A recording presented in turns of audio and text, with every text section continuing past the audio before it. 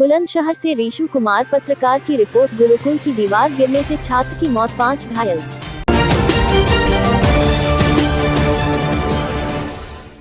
बुलंदशहर में रविवार देर शाम आई आंधी ने जमकर तबाही मचाई, जिसके चलते जहांगीरपुर थाना क्षेत्र के गोविला गांव में निर्माणाधीन गुरुकुल भरभरा कर जमींदोज हो गया। इस हादसे में इमारत में मौजूद 2 महिला समेत 6 लोग मलबे में दब गए। हालांकि सूचना के बाद तत्काल थाना पुलिस मौके पर पहुंची और पुलिस द्वारा स्थानीय लोगों की मदद से रेस्क्यू कर मलबे में दबे सभी लोगों को बाहर निकलवाया गया। वहीं इस हादसे में झारखंड के मूल निवासी 13 वर्षीय गुरुकुल छात्र चंदन की मौत हो गई, जबकि जगत गुरु लक्ष्मी कंचन, अमरपाल और श्याम सुंदर हादसे में गंभीर घायल हुए हैं। घायलों को अलग अलग अस्पताल में भर्ती कराया गया, जबकि मामला संज्ञान में आने पर खुर्जा एसडीएम रवि त्रिपाठी व सीओ संग्राम सिंह ने भी घटनास्थल पर पहुंचकर घटना का मौका मुआयना किया। एसडीएम ने बताया कि इमारत निर्माणाधीन थी, जिसमें गुरुकुल चलाया जाना था, मगर कल देर शाम आई आंधी के चलते इमारत जमींदोज हो गई। एसडीएम की ओर से मृतक व घायलों के परिवारों को हर संभव मदद दिलाने का भरोसा दिया गया है।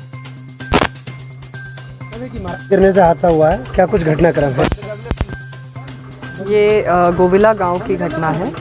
कल शाम को यहाँ पे तूफान आया था, तो यहाँ पे एक अंडर कंस्ट्रक्शन बिल्डिंग है। इस्कॉन टेम्पल वाले इसको यहाँ पे कंस्ट्रक्ट कर रहे थे गुरुकुल के रूप में। तो वहाँ पे इनका संकीर्तन चल रहा था शाम को।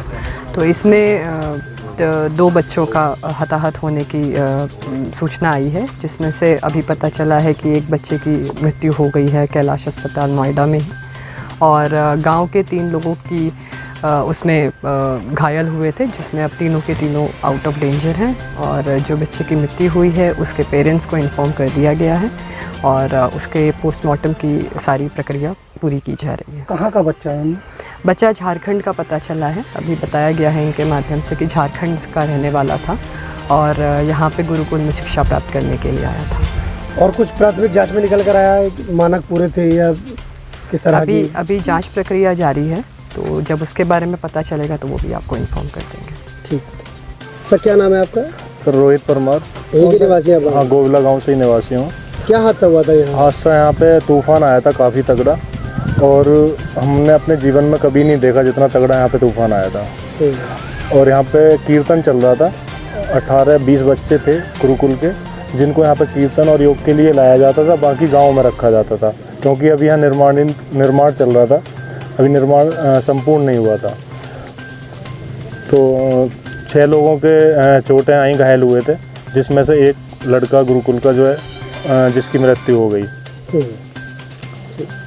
सर, क्या शुभ नाम लेते हैं आप अपना? हाँ, मेरा नाम सचिनंदन दास है। यहाँ किस पद पर हैं?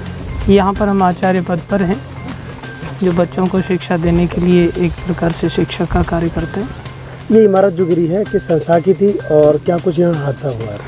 ये हमारा एक नेताजी पाठशाला के अंतर्गत एक छोटा प्रोजेक्ट रन करने का प्रयास कर रहे थे, जिसमें गांव के लोगों को, विद्यार्थियों को, छोटे बच्चों को, गरीब बच्चों को मुफ्त में शिक्षा के रूप में, जो कि संस्कार से प्रेरित हो। आजकल के बच्चे जैसे शराब और सिगरेट के शिकार हो जाते हैं आमतौर पर, उनको अच्छे संस्कार प्राप्त कराए जा सकें, उसी संस्कारों को ध्यान में रखते हुए यहाँ पर ये प्रोजेक्ट रन किया जा रहा था, जो कि अंडर कंस्ट्रक्शन था। इसकी वाइब्रेशंस को प्योरीफाई करने के लिए हम लोग संकीर्तन करते थे।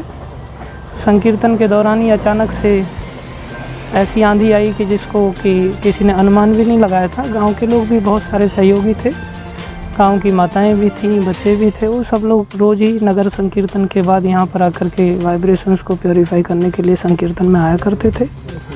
अचानक से ऐसा तूफान आया कि शेड उड़ गया और दीवार को भी उसने धकेल दिया, जिसकी चपेट में कुछ लोग आ गए।